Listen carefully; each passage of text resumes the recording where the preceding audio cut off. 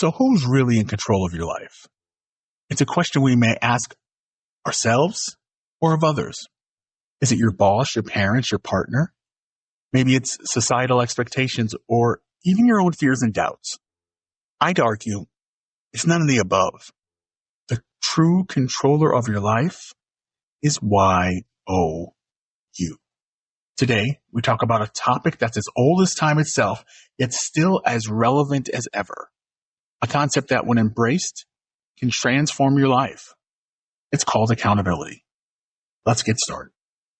Welcome to the Catalyst Podcast. My name is Jason. You can find Catalyst at Facebook, YouTube, Instagram, Threads, and TikTok. You can listen to this podcast on Amazon, Apple, Spotify, and Podbean. Catalyst has the power to create change, and we hope that's what this podcast will do. Now, if you would like to be a part of this podcast as a guest or a contributor, you can email us at catalystmotivationpodcast@gmail.com. That's catalystmotivationpodcast@gmail.com. Welcome to episode 76, Taking the Reins, the Power of Accountability.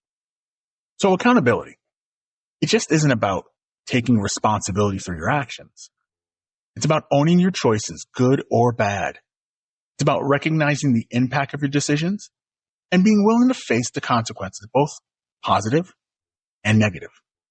Some key components to accountability are ownership, taking full responsibility for your actions without making excuses or blaming others. Transparency is the next one, being honest and open about your mistakes and shortcomings. Be honest. The next one's reliability. Consistently following through on your commitments and promises. Learning from mistakes is next. Using failures as opportunity for growth and improvement. You do not fail, you only learn. You're taught a lesson. That's the way we really should look at it. Finally, empowerment. Taking initiative and proactively seeking solutions to your problems. Now, cultivating accountability can transform your life. Let's uncover the key strategies to this. Number one, set clear expectations. Clearly define goals and expectations for yourself and of others. Number two, establish regular check-ins. Schedule regular check-ins to track your progress and address any issues you might have, like a tune-up. The next is practice self-reflection. Regularly assess your actions and behaviors to identify any areas for improvement. The next one is seek feedback. Get that feedback. Get that information from others. Actively seek feedback from others to gain valuable insights. Finally, celebrate your successes. Acknowledge and reward your achievements to stay motivated. By embracing your accountability, you can unlock your full potential and live a more fulfilling life. And isn't that what we all want?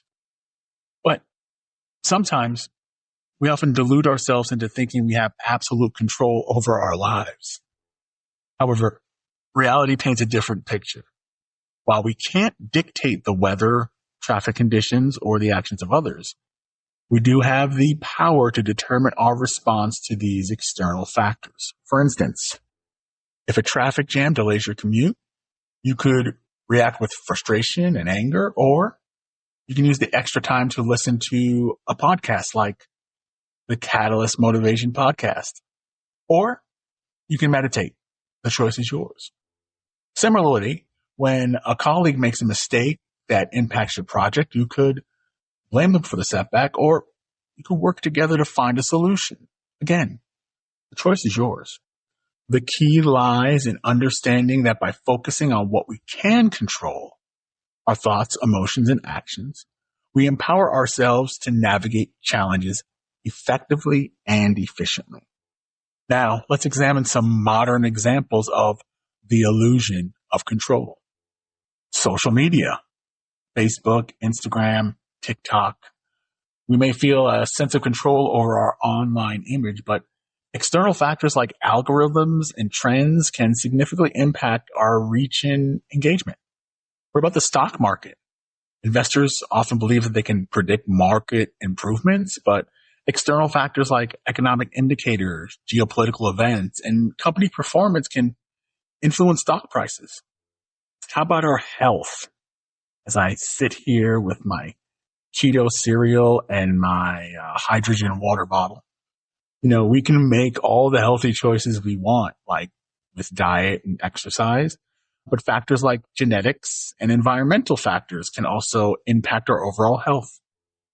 And what we have been doing, and sometimes what we continue to do, is always look for an excuse outside of ourselves. We don't take ownership. We want to look for somebody else to blame. And blaming external factors is a common human tendency. It's a way to avoid taking responsibility of our own actions and their consequences. However, this approach limits our growth and prevents us from learning valuable lessons. When we blame external circumstances, we absolve ourselves of any accountability. This can lead to a cycle of self-pity and resentment, hindering our ability to move forward. Instead, by owning our mistakes and taking responsibility for our choices, we open ourselves up to opportunities for improvement. So here are a few examples of external blaming. Workforce performance. Instead of acknowledging personal shortcomings or lack of effort, employees may blame factors like difficult bosses, inadequate resources, or a toxic work environment. Relationship failures. Oh boy, familiar with this one. Individuals may blame their partners, past traumas, or societal pressures to the breakdown of the relationship rather than examining their own contribution to the issue. Finally, financial struggles. People may attribute financial difficulties to economic downturn, job losses, unexpected expenses, without considering their personal spending habits or lack of financial planning. Guilty, guilty, guilty as charged. When we own our mistakes by taking responsibility for our choices, we learn valuable lessons that can help us grow and improve. We can identify patterns of behavior that may be hindering our progress and develop strategies to overcome them. This proactive approach empowers us to take control of our lives and create positive change. Now, to create that change, we need focus and we need self-discipline. Self-discipline is the cornerstone of accountability. It's the ability to resist immediate gratification for long-term gains. For instance, instead of scrolling through social media, a disciplined individual might choose to work on a project or a podcast, knowing that it will bring them closer to their goals. Likewise, when faced with a challenging task, a disciplined person will push through the discomfort and complete the task rather than procrastinating. This could be anything from studying for an exam to exercising regularly, even when tired, which is probably one of the biggest excuses I hear all the time. I'm too tired to do this. I'm too tired to do that.